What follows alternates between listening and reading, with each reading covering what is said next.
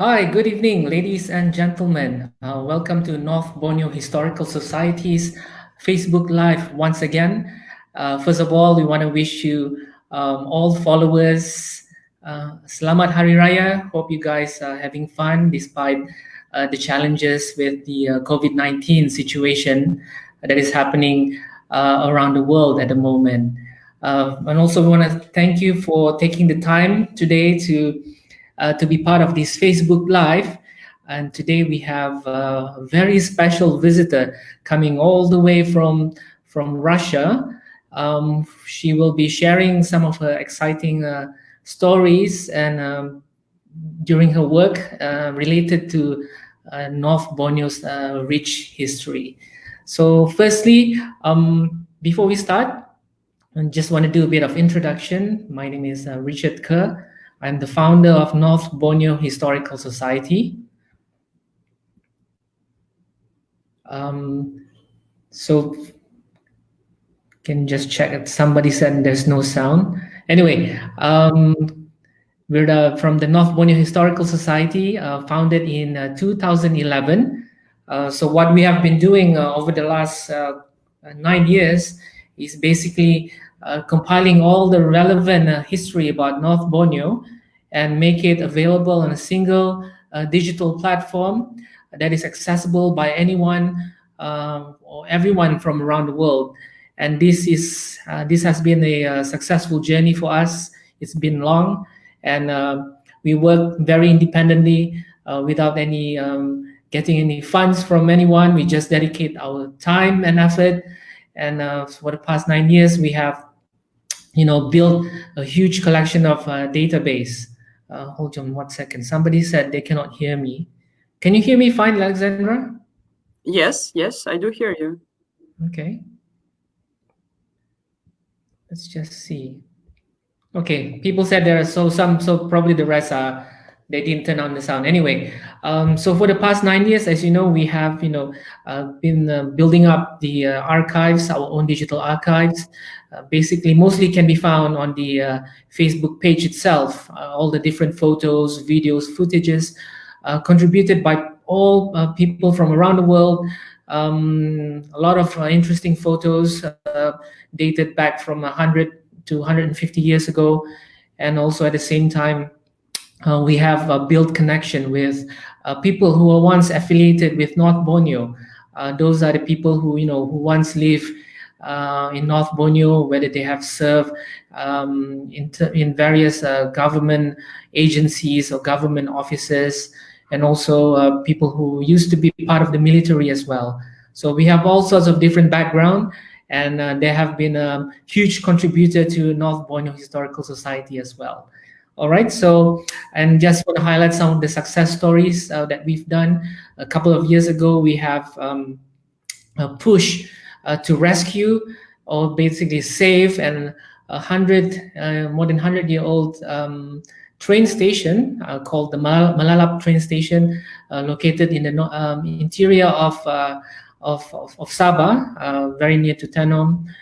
And then it was about to be demolished when we found out that the station was abandoned since the 1970s. But through the effort of everyone, the government of Sabah, and also various agencies and offices who have been assisting us, and finally the train station has been earmarked as one of the heritage sites in Sabah, and it will be restored, hopefully to be turned to a tourist attraction and to generate more economic activities around the area. So enough with the introduction about North Borneo Historical Society. First of all, we just want to do a bit of introduction. So today, as you can see from the screen, we have Alexandra Kasatkina. I hope that I'm pronouncing it correctly. She's from St. Petersburg, Russia, which I managed to actually do a bit of Googling on the map. It is actually very close to Finland. Is that right, Alexandra? Yep, like 3-4 hours by train. Yeah. Yes, very close to Finland, surprisingly, but it's located northwest of Moscow, which I believe it takes about 8 to 9 hours of journey if you want to drive all the way to Moscow from St. Petersburg. Okay, she was born in the early 1980s when Russia was still known as the USSR back then, and she graduated from the Indonesian Javanese philology at the St. Petersburg State University in 2006. She studied social anthropology at the MA level, and since then she has been working at the Kunstkamera since 2008. And I will give the opportunity for Alexandra to do a bit of introduction about herself, about her work, and also probably a bit of background on the museum itself. All right, Alexandra, the floor is yours. Probably you want to do a bit of introduction about where you work, some of the work that you've been doing, and also a bit of background on the museum itself. Yeah, thank you very much. Terima kasih banyak. And thank you very much for this opportunity. And yeah, I should also, of course, say Salam Idul Fitri and Selamat Sejahtera. Mudah-mudahan sehat semua Malaysia. Maaf, saya terus bicara bahasa Inggris sebab bahasa Melayu saya tak lancar. So, I'm really sorry. I have to continue in English because, yeah, as Richard already said, I studied actually Indonesian language, and it was long ago, and I didn't have much of practice. So I'm not that, good in talking, and I'm not sure that my Indonesian will be completely understood, though Sabah actually understands very well Indonesian and Bahasa Indonesia. So, yeah, and it's a bit of temporary magic that I'm able to talk to you now, actually not making this long journey from Russia to Malaysia, though I used to enjoy these sort of journeys when they were available, Yeah, actually, Richard already said some basic things about me. So, yeah, I'm working in the Kunstkamera Museum, which is the first scientific museum in Russia. It was created by our Emperor Peter the Great in the early 18th century. It was like in 1714. So you can imagine like 300 years ago, quite long ago, and we are still sitting in the same building. So the building which you can see the photos, that one, the bluish building, greenish, and the picture on which Richard shared on Facebook, it's Kunstkamera. It's a very old building. Yeah, and well, it started as a scientific museum of the Age of Enlightenment, when the borders between disciplines were not that strict. So like they started collecting curious things, as they thought, as they called it at that time. Like the science at that time was mostly about collecting curious things to study nature, how nature works. So they collected curious stones. They collected stillborns with different delinquencies, like babies with no arms, or something like that. They collected also different ethnographic stuff, like some traditional like clothes from Siberia or Africa, actually from all over the world. Later, the collections were separated and went to corresponding museums, some to zoology, some to archaeology or geology, and eventually only ethnography and physical anthropology, the discipline which which is interested in human being, as a sort of as an animal, which actually studies skulls. These two disciplines are now studied in our museum, which is now called Museum of ethnography and anthropology, and anthropology here goes for physical anthropology. So we keep this sort of skulls, and we keep very huge ethnographic collections. Our ethnographic collections come really from all over the world, and of course we have maybe mostly, I mean, in terms of numbers, few numbers of objects, mostly from Russia, like from Siberia and from different regions of Russia. But also we have many quite valuable collections from South America, from North American Indians, from Oceania, from Malay Archipelago, I mean, Indonesia, Malaysia, also from India, of course, from different parts of Africa, generally from all over the world, and even from Europe, because of course Europe has its own traditional culture. Ethnography also exists there. We have, for example, collections brought by James Cook, who is quite famous traveler who traveled to Oceania, to Polynesia. We have collections from Glucha Maklai, who is the first Russian anthropologist who went to, well, he actually did his field work. He was first real field worker in anthropology in Papua New Guinea, in the part which is now actually Papuan. But he also traveled around what is now Indonesia and Malaysia, and he left very early notes about Orang Asli from the Malacca Peninsula, which is very valuable. Yeah, but unfortunately nothing from Borneo, from him, but for also some research notes. What else about our museum?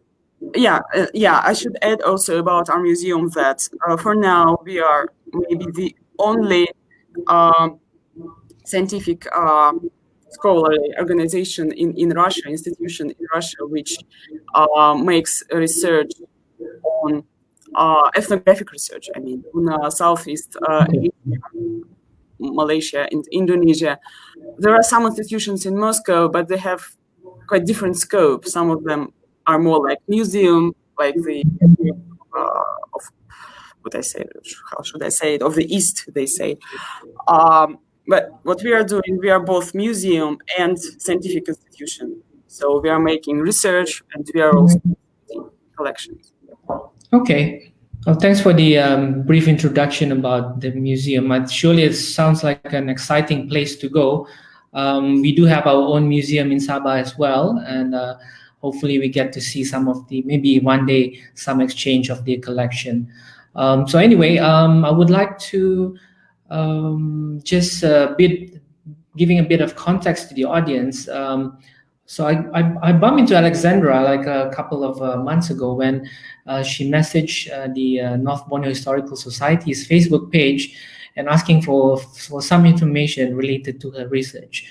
So I was quite surprised, and then that's when I started to find out that they have a large number of old photos from North Borneo actually taken in 1911. So it was basically those photos were taken by a German traveler who went to North Borneo in the early 1900s or 1911 roughly.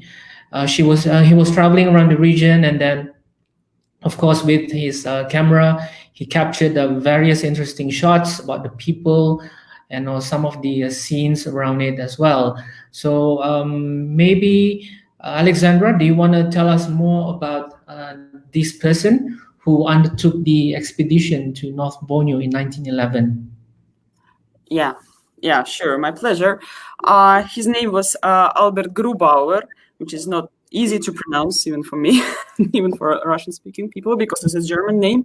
And mostly all my biographical information about him I owe to my colleague from German, who her name is Margit Zara Kribata, and I just use this opportunity to thank her, though she probably doesn't listen to me now. Yeah, because she talked to his daughter. His daughter passed away just recently. She was still alive in as late as 2010. She was really like 90 plus, and she gave certain information about her father. Albert Grubauer, he was born in, I think well, actually, I don't remember the exact year, but I think it was 1862. I have his portrait with me. Here it is. This is the book is actually the English language edition of his book about his travel to Sulawesi, to Toraja. Unfortunately, this is the only piece written by him which was translated into English. And just recently, with the help of Margit Zara Kripata as well, I found also his paper on his travel to North Borneo in German. And as I actually, I don't read German, and I'm studying the language now, partly specifically this article. Wow. Yeah, and when I read it, then I will share the information for sure, because it looks like his a diary of his journey to the summit of Kinabalu mountain. Yeah, and he was what is important about him, he was a professional photographer. I'm not sure that he actually made his money from photography, but his father held a studio, a photo studio in Bavaria, which is southern Germany. And that's why Albert Grubauer was very good at photography. He was doing very good pictures. And it seems like he took this old style camera with, the big thing, with big and heavy thing, which which used lanterns, glass lanterns, not film, and of course nothing digital about that. Huge cameras, yeah. Maybe not that huge. By that time, it was 1911, maybe like that, but still quite heavy. And we also needed lots of chemistry, to develop the picture, because it should have been done immediately. Right. The whole chemistry lab he took with him to the jungles. Well, I really want to know how he did it. Yeah, and he was very interested in science generally. He was introduced himself as a naturalist, which in that time actually combined interests in nature, like butterflies, right, and also in ethnography of what they called natives, that colonial period. And he traveled much. He started traveling in very early age, like in 20 plus something. He traveled first to New Guinea, like butterflies, actually. But in the early 20th century, Jan took already several travels around Amele archipelago. He actually went to each big island. He went to Sumatra, to Java, to Bali, to Sulawesi, to Malacca Peninsula, and to Borneo. And what is not usual, he went exactly to Sabah, to North Borneo, not to Sarawak, not to Indonesian part, which were quite famous, popular destinations. Yeah. But exactly to Sabah. And this is fantastic because he brought his photographs, and he also brought more than 500 objects. Wow. Some of them we also store. We actually have the biggest part of this collection. And he was actually an entrepreneur. He made this traveling and gathering curious ethnographic objects his profession, his business. So he brought his collections back to Europe and sold them to museums. And for him, it actually didn't matter much to which. So there were many museums in Germany who still keep his collections. And that was time when Kunstkamera bought very actively because the museum was developing right at that time, a certain period of not developing. So we bought really big part of his collections and still keep it. And that was in 1914, correct? Yeah. Okay. Yeah, exactly the year when the First World War began. For some, but before that date. Right. Mm. So yeah, so probably a lot of the audience are probably also curious. So what made you really want or to study about the history of North Borneo? I should admit it was a coincidence, actually.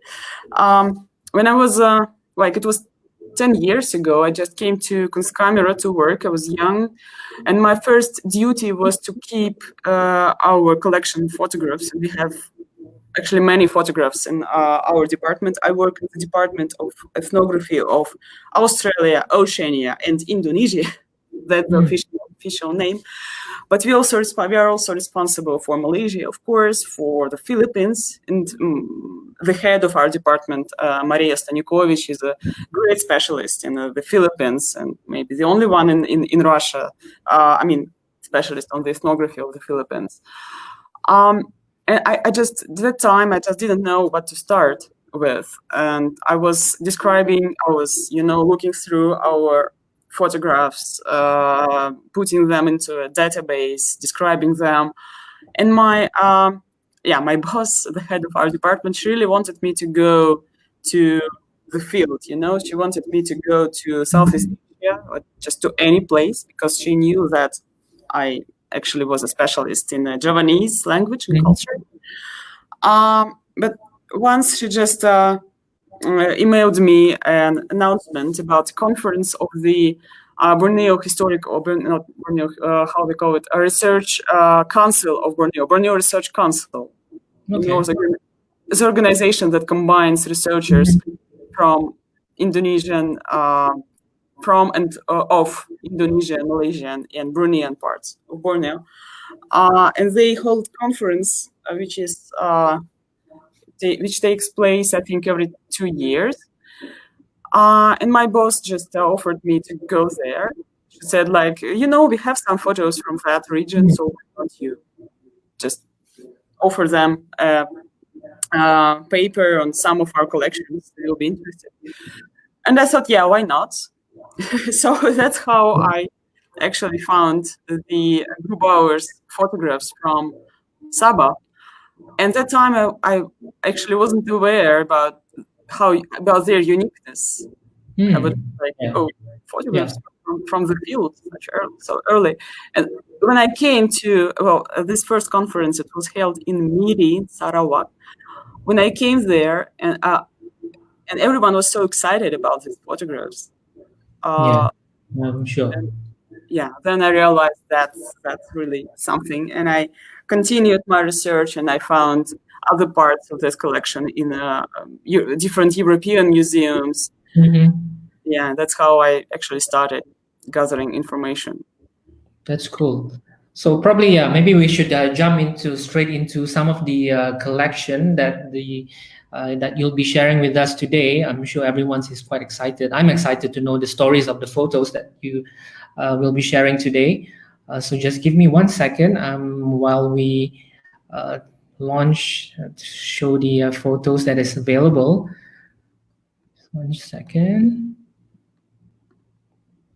So we have this first photo. If you guys can see my screen.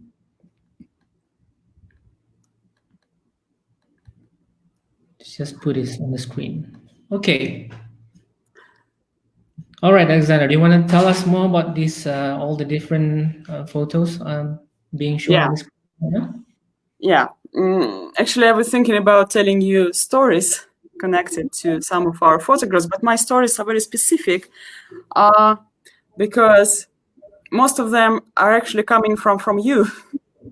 Right. From you as the audience, because I'm anthropologist, I'm not historian. And it means that I'm mostly interested in present time, not in the past. So I'm interested in how people treat their past now, right? And of course, I'm also interested in this sort of reconstructing culture, reconstructing ethnographic details or historical details about those people in the photo. But my project is actually about how this sort of cultural heritage is perceived now by contemporary Sabahans. And I'm very grateful to all those numerous people who already helped me on that way. And there are many people on Facebook, actually, and I'm sure there are among those who now listen, who already shared these photographs. And yeah, I think many of you know that our photographs are all available online on the website of our museum. And very often I meet these photographs in different groups and pages on Facebook. And the commentaries which people leave are just fantastic. And there are so much historical and cultural information in them. But I didn't pick these stories because I don't feel like I have this right, because these stories are mostly yours. What I decided to pick to tell about today is stories which are maybe more like my stories, but they were also constructed with the help of your compatriots, of whom I will tell now. And this first story is about several photos which Grubauer made in Bundutuhan, which is a Dusun or Kadazan Dusun. I don't know how should I say it to be polite. Kampung near Kinabalu mountain, right at the slopes. And I got there in 2014 when I came to visit my friends from the Kampung Kiao, just nearby. And they brought me to their acquaintance from Bundutuhan. His name is Remy, and he is here in the red jacket. He's a very nice guy, very knowledgeable, also interested in local history and gathering information, and he helped me very much. I stayed at his homestay for several nights, and he showed me around. And we mostly, it's actually what is very exciting about these old photos when you get to the place where they were once taken is to find those points from which they were taken, just to compare the old, how the landscape used to be and how it is now. So we were mostly looking for these points. And this photograph, you see this photo, the last one with Remy, he together with Aki Joseph, and Aki Joseph is a local chief, a very nice old man. I hope he's still alive. And they together were looking through the printed version of the collection and trying to find on the spot what is in the photo and comparing it with what they saw around them. And about these three photos, we were quite lucky. From Grubauer, I should say he was very good in captioning. Yes, it's fantastic. It's very wonderfully shot, and all the yes, the composition is very well taken. Yeah, you see professional photographer here. Yeah. But he was also a scientist, so he left not much, but still some information. So about these three photos, we know for sure that they were taken in Bundutuhan, and Grubauer actually spelled it as Bundutuvan, which first I thought is probably a mistake. But then when I presented about that at the museum, in the Sabah Museum, someone said that actually it's an old or local manner, local manner of pronouncing Bundutuhan. Bundutuhan, yes. Okay. Do you know that as well, Richard? Yeah, it is. So Bundutuvan is like normal. Yes. Yeah, fantastic. Yeah. So, and we try to find. Actually, what else we know about these pictures from Grubauer's information is that the person, the man sitting on the stone, is a local chief. Not much, The boys are just the boys, and the girls coming back from their fields are just girls. Not much to know. Okay. But we tried to find at least the place where the photos were taken, and we spent like 2 days, I think, on that. Yeah, and eventually these two men, Remy and Aki Joseph, they agreed that most probably this is these two photographs at the stone, most probably taken at one place, which is well known now in Bundu Tuhan. This is let me find it. Pampang di Koyo, which is like the stone of Koyo. It's the heart of old Bundu Tuhan. And there is even a small plate with information about this Koyop, who is legendary giant who split this stone in two. It is situated near nowadays school, actually. And excuse me? There's a school nearby, is it? Yeah. Okay. And so we think that the stone, basically this one or the one nearby. And as for the girls, this third photo, Aki Joseph thinks that it's also place nearby, and behind the girls, actually he saw a road going to the bamboo bridge across the river, the Leidan River. So basically also recognized the place, which I think is absolutely fantastic, and also the process of recognizing, of reading the signs, of trying to guess what was the time when each of the photos were taken, and you see that the boys are actually reacting to the sun, right? And the sun gets like shining on their skin, and they are making like that because they don't like the sun shining into their eyes. So it's probably the about noon, and the man sitting on the stone.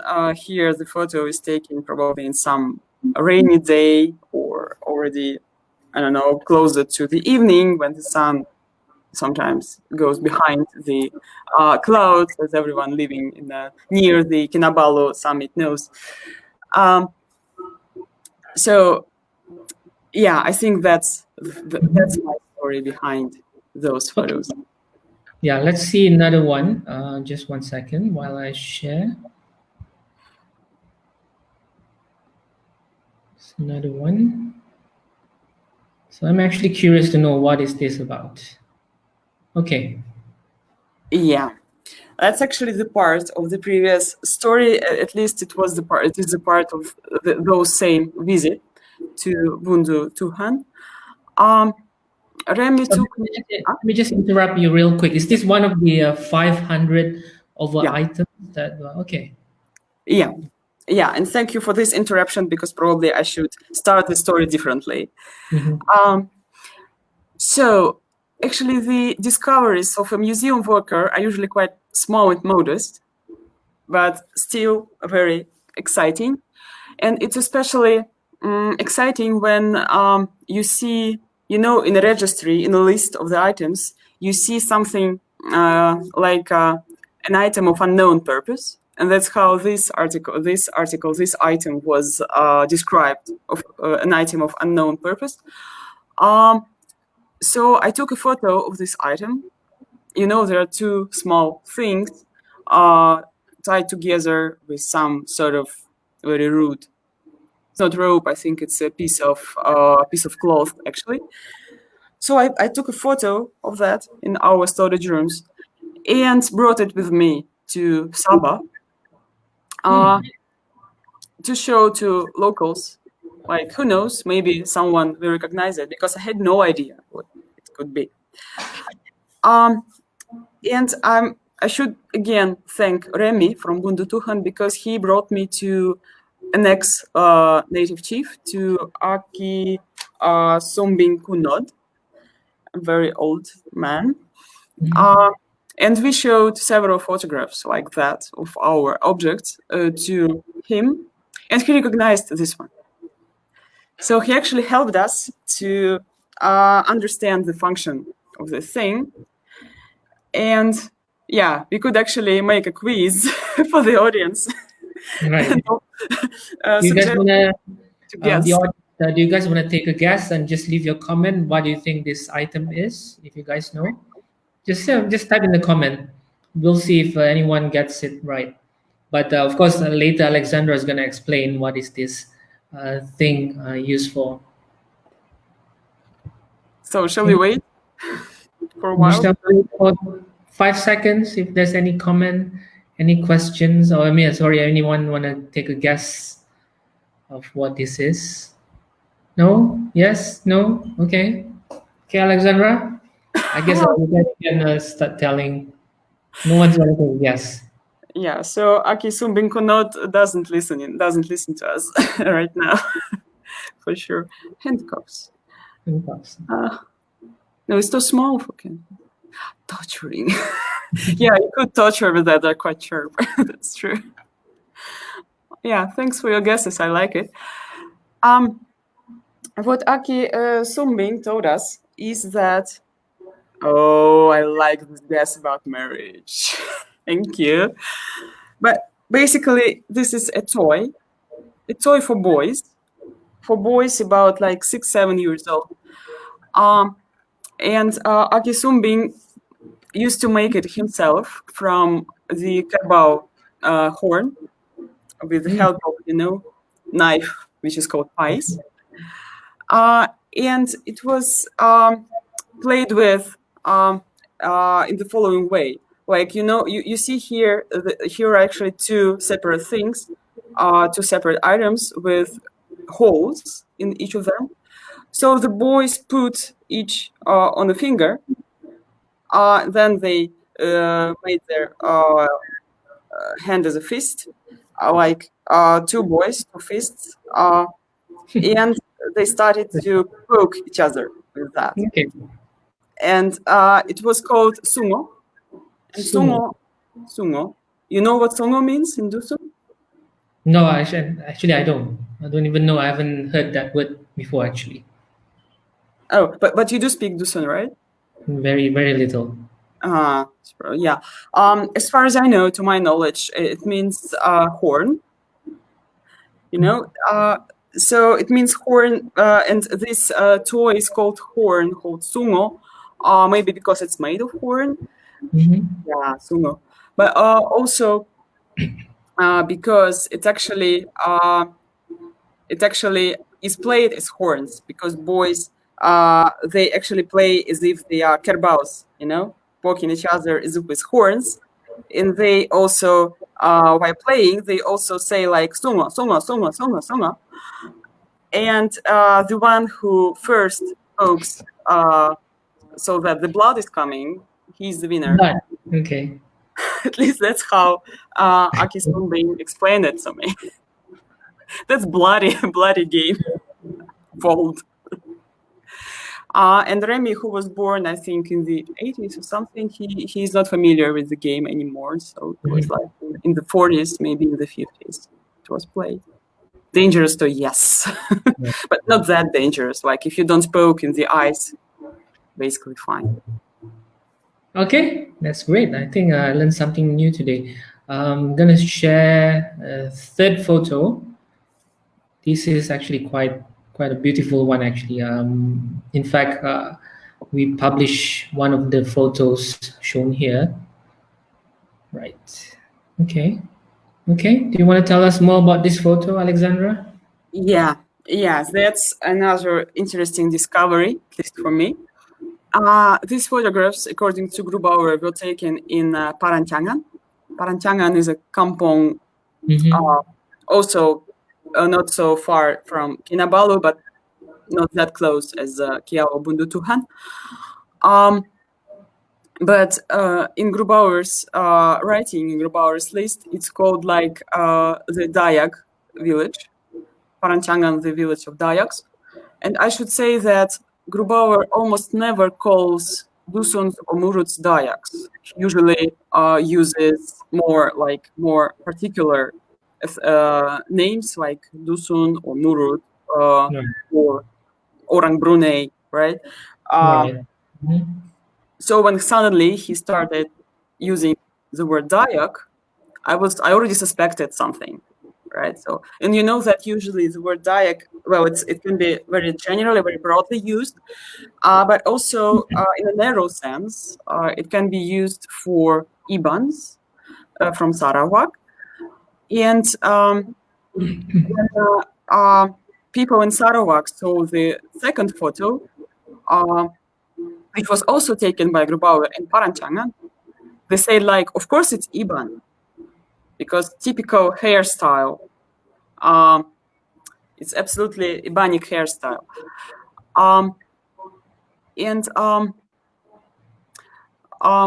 Actually, Grubauer also left information that this man is actually Sea Dayak, and Sea Dayak is Iban for sure, from Sarawak, from Klaka River. But still, the picture was taken in Paranchangan. Right. And that's how I first knew that actually Ibans used to live in Paranchangan, which now I know for sure. And there is a researcher in the university in Sabah whose name is Senin Marshall, who is actually doing his research on that story of Ibans in Paranchangan. And from him, I know that these were troops which were sent by colonial government, colonial administration to Paranchangan, maybe because of Matsale, or I'm not sure about that. I cannot be certain. So I'm just but definitely to to police locals. And as for this guy in the third photo, it was also taken in Paranchangan. And Grubauer wrote that this is a Dayak in a war helmet. About this guy, I'm not sure if he is a Iban or if he's a Dusun, because Paranchangan was a place where Ibans lived together with Dusuns, right? So, yeah, to me, the helmet looks very much Ibanic, but maybe I'm wrong because I'm not that familiar with it. A lot of resemblance with the Dayaks from Sarawak, because typically they would have those feather placed on top on their head. Yeah. So, and we actually have this helmet in our collection. The feathers are lost, but the helmet we have. And very similar jacket also. I'm not sure that this particular one, but very similar one. Yeah, so it's very interesting evidence of this neighborhood of Ibans and Dusuns. And I would like really to investigate the story more thoroughly, maybe on the spot. Okay. Let's see, with the, we have another last photo to share. Sets of photos, actually. So this is collection number 4. Okay, we have a modern photo there as well. So you might want to share what is this collection all about. Yeah, this is actually just a nice example of how landscape can actually stay almost same as used to be, specifically in mountains. And the first photo of the couple, I just need to say thank you to my friends from Kampung Kiau, who helped me very much during all my visits to Sabah. And it was like 3 times I visited Sabah for a short while, just to become familiar with the place. And these people, Bernard and Mary Bowens, they helped me very much, and they took me around several kampongs by car, and it was extremely helpful. And this particular picture, I mean the second one, also from the Grubauer's collection. This is Kampung Randagong. Which still exists. And the third photo is actually, it was made in 2014 when we went around kampongs. And we found this one. We found this kampong. And if you compare, you will see that we found the spot from which the photo was taken. The landscape is still almost the same. Even So if the houses are still, the location is the same. Yeah, a lot of resemblance. yeah, so they chopped the palms, but the palm trees. But yeah, what can we do about that? And actually, in the Grubauer's collections, there are several photographs from Randagong, which show that it was quite lively place at that time. But now we actually met not many people there. I don't know what the reason. Maybe they just resettled somewhere, but there were just several houses and a Muslim graveyard.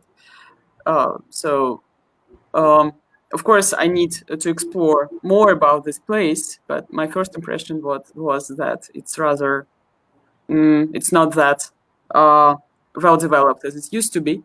But yeah, it actually happens, and we try to find all the compounds that Grubauer visited, and some of them already do not exist. So yeah, so I think that's basically the story behind it, or just to share with you my discovery of this same landscape. Okay, we actually have one question from the audience. So Surin was asking, like, what year was that photo of Perancangan taken? 1911, just like all the other photos. So all these photos taken by him, is it all taken at the same time within 1 year? Probably, I assume he just traveled once to North Borneo and that's it.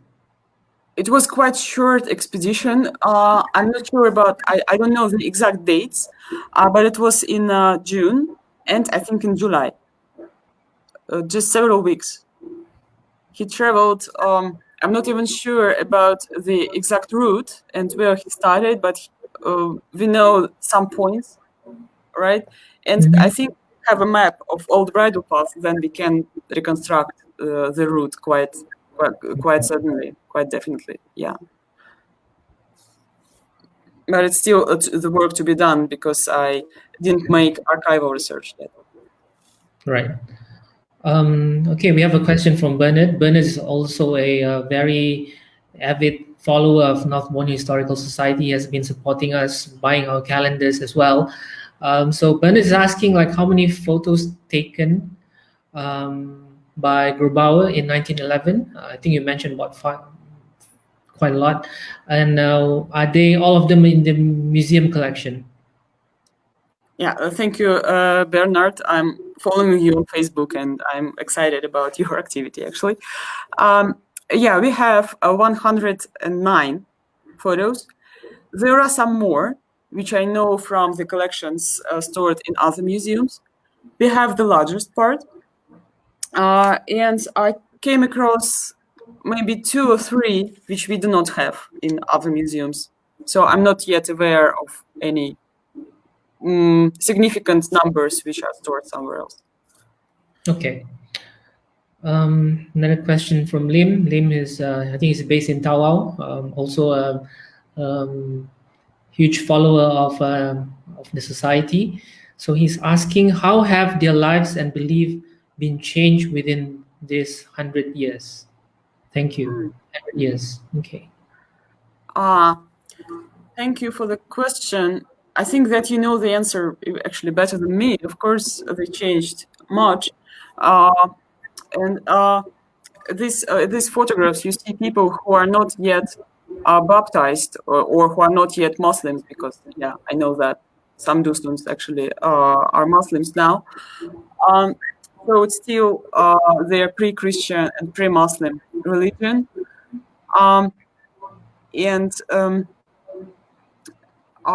This is time when actually the European trade only started to come in these interior regions. So the clothes are still quite very local, very traditional. And as for economical ways of life, for example, there are photographs also made by Grubauer of traps. I mean, he traps used by hunters. Mm-hmm. So we have some pictures of Dusun hunting, right? But actually, I saw when I visited Sabah, I saw that Dutsun still know how to make this sort of traps. So some knowledge is still preserved. Yeah, so we So, can find both changes and continuities. so related to your visit to Sabah, I think you mentioned you've been there once, Uh, twice, 3 three times, times. 3 times, right? Yeah, 3 times. So how was it when you first came to Sabah? Because you've been doing a lot of research work, and then finally you get to visit the actual place where all the research that you have done, and then you've read about it, and then you saw the photos, and then it came to you. You visited the place. How did you feel when you arrived? Wow, there is a good English word, almost universal. Excited, you know. Uh, of course, yeah, it was fantastic. It was also my first time in tropics, my first time in Malaysia, and what was maybe most exciting for the first time was to see the Kinabalu mountain. For Yeah. sure, it also dominates in Grubauer's photographs. He was actually traveling to the summit. He wanted to see it, as many people now. Mhm. Um, yeah, and I actually came there as a tourist, and I stayed in some cheap hostel near the park. And next day, I just decided, well, I should go and see this, what is now behind these names, this Bundu Tuhan and Kiao. What is now Bundu Tuhan? What is now Kiao? We have because we have most photos from there, and also because they are the closest to the park. So Yes. just I went by foot to Bundu Tuhan, uh, and I was lucky to meet Aki Joseph there. So I met him actually twice, and I also met Brother Benedict, who was alive then. He was working for the local Catholic church. Uh, so I was lucky to meet very nice and helpful people. And then by foot, I went to Kiao again, and there I met my friends Mary and Bernard, and they took me to their relative who also was very knowledgeable about local story, local history. Um, yeah, so what was most amazing was actually hospitality and helpfulness of people, and yeah, how they are ready to, to also to talk about their past and how they're interested in all those old artifacts which I had. Yeah, that's great. We have a question from Stacy. And the question is, why did Grubauer chose North Borneo as one of the stops? Do you know any background story to that? Unfortunately, no. I don't know why did he go to Sarawak, for example. What I can guess, just as a wild guess, but not that wild actually, he was entrepreneur and he knew what museums want actually that time. So he was looking for curious things, and North Borneo was and still is actually very underexplored, not much explored for Europeans. So people didn't know much about it. So it was actually a paradise of new things, of curious things, of unknown. So probably he was just interested in that, both for personal reasons and for business reasons. That's what I can guess. Yes, so we have quite a similar question from Surin again. He was asking like, do we know if he would have made his way to North Borneo since it was 1911? Do we know if he needed to interact with the North Borneo company? And then how was immigration control? Did they need a passport like we do now?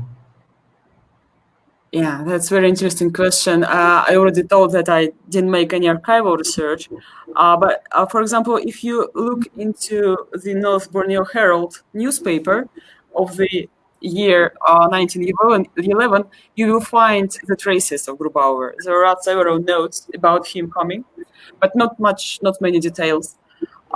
As for the immigration, here we need to know about the relationship between Great Britain and Germany of the time. And did the citizens of Germany need any permissions or something that time? I don't know personally. Okay. Yeah, but it's really interesting to explore. Yes, I think that's something that probably a good topic to research. Actually, I do not actually have a lot of information on that as well. Actually, there's one question from Stacy, which is actually I'm also keen to know. Back then, were there any relationship between Russia and North Borneo in those early days? Because from even from my own work for the past 9 years, I actually have not found anything that is actually related to Russia. Even from they're talking about visitors in those days coming to North Borneo. Maybe Alexandra, remember you have bumped into some sort of information. No, I'm not aware of anything, but of course there could be some private travelers who came to North Borneo as well, because Russia was open to the world, and actually people came and came and went. But as for any, I don't think that we can tell about any official links because it was colonial time, so it all refers to links between Russia and England. Which was different. There was probably some trade connections.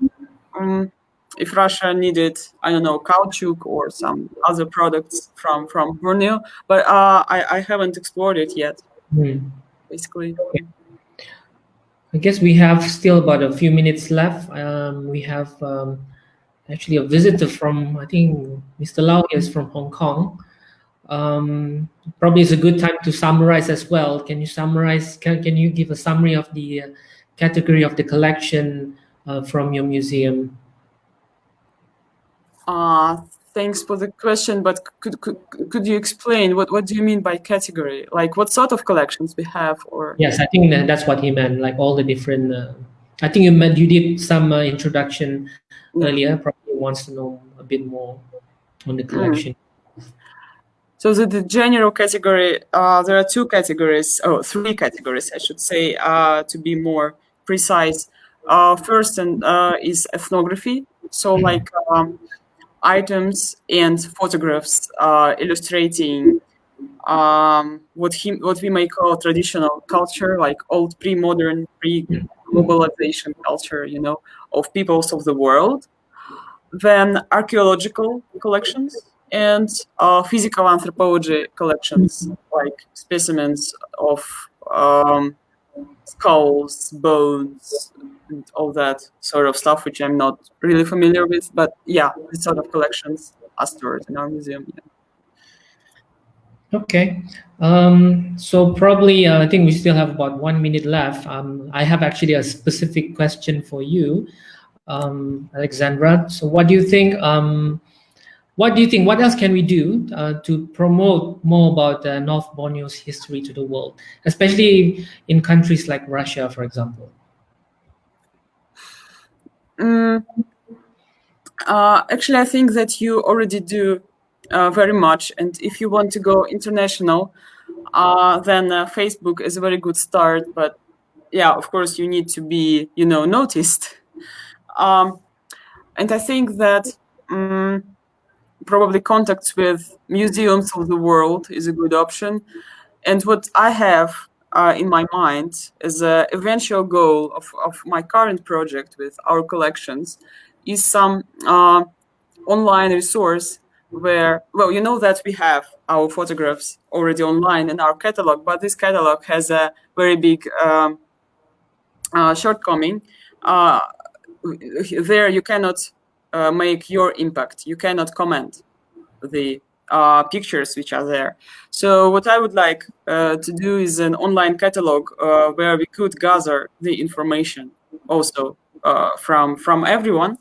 And this could be a place for collaboration between very different bodies like North Borneo Historical Society, for example, and just ordinary people who are knowledgeable about the past. And also with other museums where there are researchers who are making their research on North Borneo. But yeah, that's still something to dream of. But if you like the idea and you have some resources to to realize it, then why not? I would also propose maybe searching for contacts with the museums that store the stuff from Saba.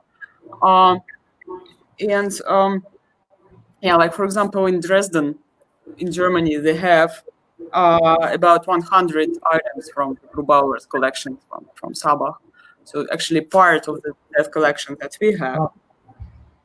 And of course, there is a lot of stuff in Great Britain, like in Cambridge Museum. We have. Yes. Okay. Yeah.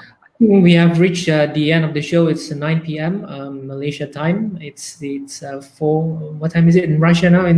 At your place? 4 p.m. 4 p.m. Okay, Alexandra, we just want to say thank you. A huge appreciation from us, from North Borneo Historical Society, and all the audience who are here today, spending 1 hour of time. I have seen another question, but already some people are trying to find opportunities to collaborate with you. Probably they want to get in touch with you.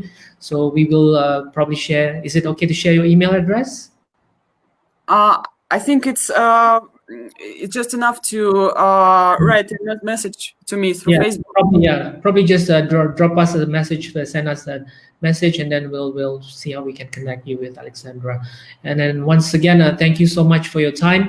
If you have any suggestion on who else we should interview for this session, we try to make it a regular. It's a great time to be here, and then to enjoy this opportunity to talk with Alexandra and share her stories about her work, her research work about North Borneo's history.